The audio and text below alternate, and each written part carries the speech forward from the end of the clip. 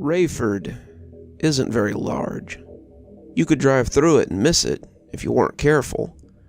There are 3 stoplights, a little movie theater that plays movies from about 20 years ago, a drive-in diner, a couple of shops on Main Street, a lot of thick old-growth forest that surrounds the whole thing.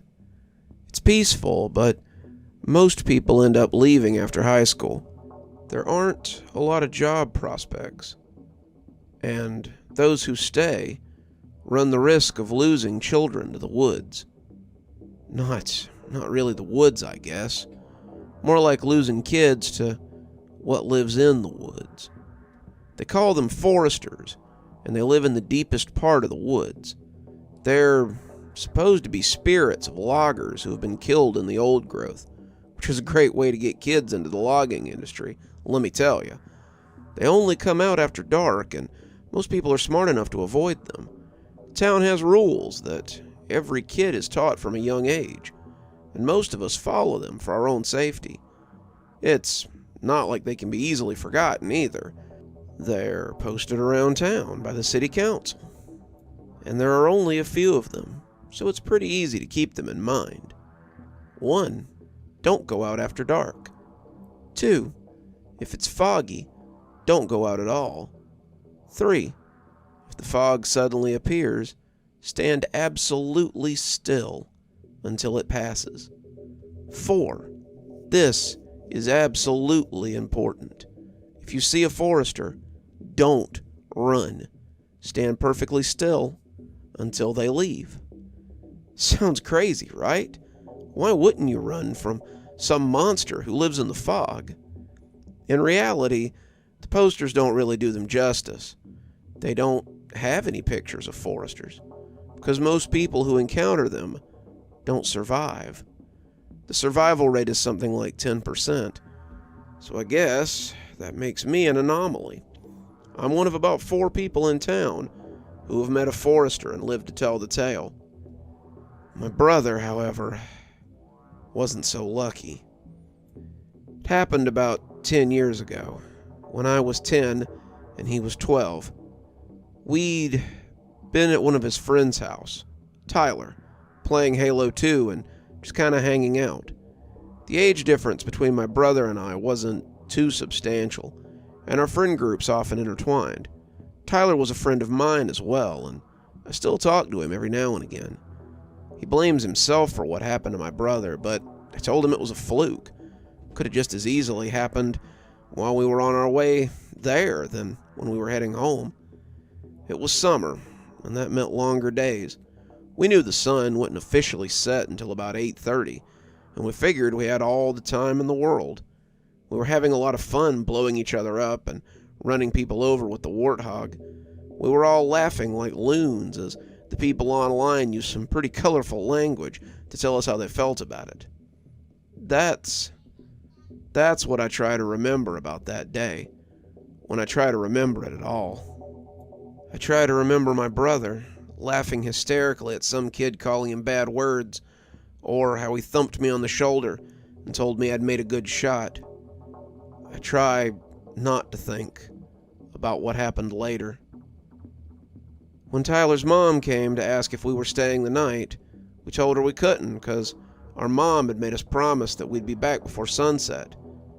Then you boys better hurry. It's 7:55. My brother and I looked at each other, and I could tell he was feeling as panicky as I was. Not because we were afraid of foresters, though. Both of us thought the foresters were just an urban legend, something they used to drum up what little tourism we got, and to keep the local kids in line.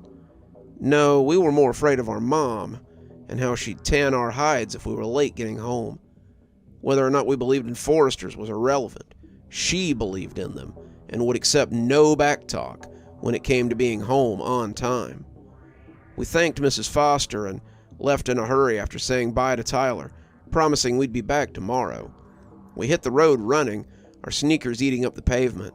Tyler lived about 20 minutes from our house, a run that was nothing to a couple of kids barely into their teens. We had no doubt that we could make it before sunset, and my brother even jostled me as he invited me to race. The two of us were soon huffing and puffing as we ran, the woods on our left, as far from our minds as they could be. We were coming up the road, the sun still visible on the horizon, when Tyler noticed something weird. It was like we'd walked into a cloud, and it took us a minute to put two and two together. The fog usually waited till dark to roll in, but it could appear at any time. I remember the yard monitors pulling us off the playground last year because the fog was rolling in.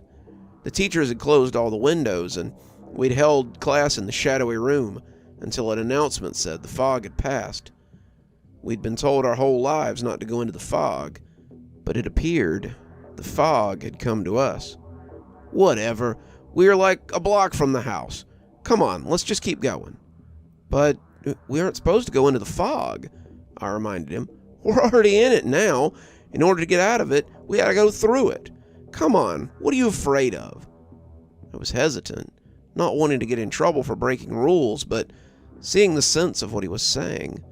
I didn't really believe in foresters, no more than I believed in the boogeyman, but the rules were something I did believe in. Rules were rules, and I knew that if you broke the rules, you got punished.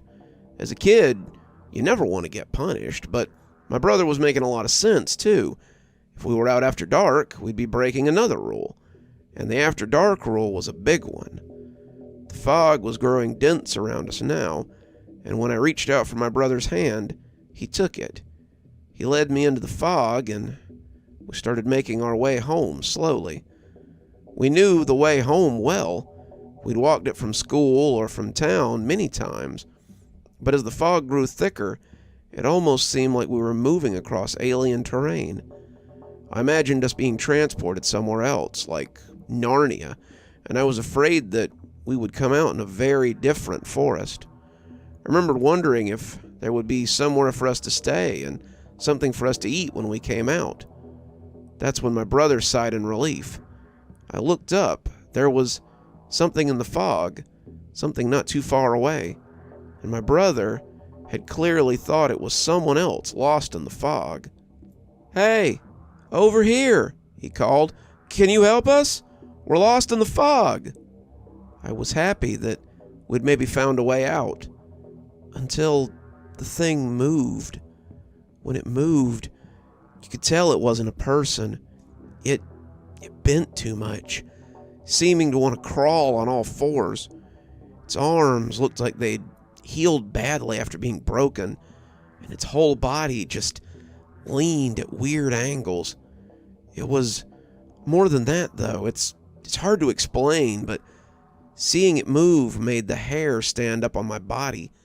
It awakened something in me that I hadn't known was there, something ancient and dormant. I suddenly understood why the rules said not to run, because all I wanted to do at that moment was get as far away from that thing as I could. I had a primal urge to get away from this. I wanted to run fast as I could, that sleeping part of my brain telling me that danger was near, and the only thing I could do before being eaten was run. "Run," my brother yelled, clearly feeling the same, and the two of us took off at top speed. We ran back the way we'd come, just hoping to escape the fog and make it back to reality. We glanced behind us, checking to see if it was following, but the creature was just moving along at a leisurely pace. It was in no hurry, its movements not rushed in the least, but the farther we ran, the less distance it needed to make. The fog was limitless, the depths too deep for anything to permeate it, and I felt that ancient part of my brain start to gibber as fear overloaded it. "Why isn't it chasing us?" my brother asked, looking back over his shoulder as he ran. He was unsure of what to make of the creature, its lack of haste confusing him, and I kept looking forward as often as I looked back, hoping a second one wasn't going to rise up to hem us in. When my brother fell, I stopped and turned back to look at him. The creature was about 15 feet behind us, impossibly close. I was torn, standing as still as I could as my body and mind told me to run for my life, but another little voice told me to stay still and remember the rules. He'd twisted something, his ankle standing out at odd angles, and when he reached for me, I almost went to him. The only thing that stopped me was the incessant voice of the school assemblies, of Anti-Forester Fred, the town safety mascot, and the knowledge that if I moved, I'd be dead too. Anti-Forester Fred says if you see a forester, freeze like a statue, I mumbled. My brother was nearly howling in agony. He'd rolled onto his stomach and was looking at me from the pavement. He raised an arm, reaching pitifully for me, but his position meant that he hadn't seen the shape as it got closer and closer to him. He was calling my name, begging me to help, but all I could do was shake my head with minute little shifts and watch the forester get closer. I looked down when he cried out, his leg throbbing as he drug himself along the pavement. Help me! Help me! Don't let it get me! Come on! You know I'd help you! I looked down at him, torn between wanting to help and wanting to freeze, and the overpowering urge to simply take off like a deer being pursued by a hunter. The creature was walking, almost strolling, as it came out of the mist. It took everything I had not to flee when I saw it look my way. It was like a zombie, but so much worse. Its skin was rotten looking. Insects crawled in and out of it as it stood there, and parts of it were twisted and strange. It was missing its left leg, and a thick tree branch replaced it. Something had caved in half of its head on the left side, and the forest had made an approximation of its face out of wood, which it wore like a skull cap or a mask. Part of its left arm, part of its chest, they had all been worked through with wood, and when it bent down to grab my brother, it groaned like a tree in a high wind. He looked back when it dragged him off, and as his screams disappeared into the mist, he seemed to disappear from the world as well. I watched him go, and as he did, I sat down on the pavement and put my head between my knees. I tried to stay as still as I could, but I was sure that if any of the foresters had been close, they would have seen me trembling. I just closed my eyes and prayed that it would end, that it would all go away. And when I started to hear someone calling my name, I opened my eyes and found that I was sitting in the middle of the road, the sun still hanging on the horizon. My mother had come running up the road to find me. She wrapped me in a hug, asking where my brother was before scooping me into her arms and carrying me back to the house. According to her, it was only 8:20. My brother and I had run through the fog. He'd been taken, and I had knelt shivering in the mist for hours, while less than 10 minutes had actually passed. Rayford isn't a large town. You can drive right through it if you aren't careful. It's been 10 years since my brother disappeared, but I think about him every day. The movie theater's still there. The diner burned down when I was a junior, and the shops on Main Street have gone from boutiques and antique stores to cell phone depots, electronic shops, thrift outlets, and the occasional knick-knack shop. The forest, however, hasn't changed at all. The forest is eternal, at least until my chainsaw has something to say about it. We cut the forest back. We logged the old trees, but we don't go near the old growth in the heart of the forest. That place is said to be haunted by the restless spirits of the loggers who came before us. The old growth was old when the first settlers cut the first trees in the Rayford woods.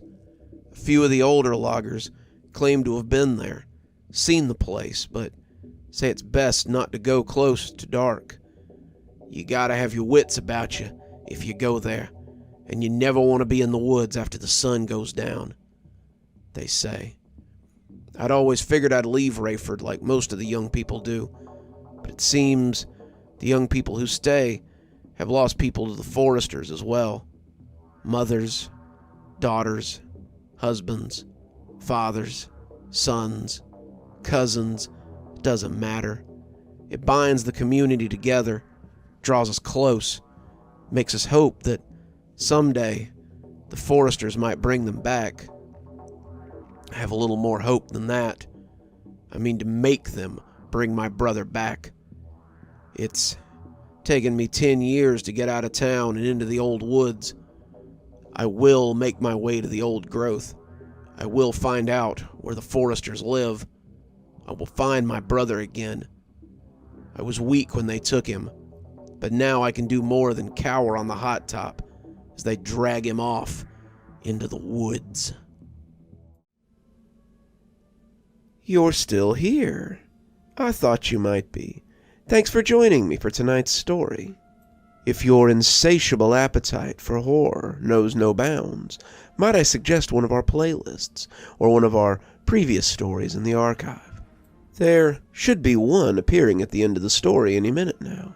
And of course, if you're not subscribed, why not go ahead and hit that subscribe button? Maybe hit that notification bell so you don't miss any of the spooky things that we do here. If you prefer your horror a little more analog, you can always pick up one of my books. There's a link below to my latest, and it'll take you to all the great things that I've posted on Amazon. For my book lovers in the audience, I always suggest coming on down to Patreon so you can become part of my ghostly reader tier and get a book anytime I write one, which is usually about twice a year. Speaking of my patrons, let's go ahead and thank them, shall we? Thanks to Unicorn Hollow for being our spooky ghost contributor.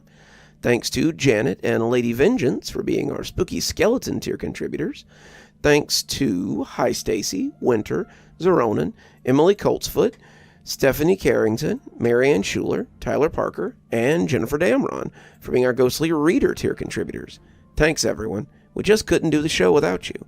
If you think you might like to support the show in a more monetary fashion, come on down to Patreon. I have many tiers. I'm sure you'll find one that suits you best. I always recommend the Ghostly Reader tier, since you get a signed book anytime I write one on your doorstep. But I have many tiers, and again, I'm sure you'll find one to suit you. And as always, thanks for stopping by. Dr. Plague, signing off. Have a wonderful evening.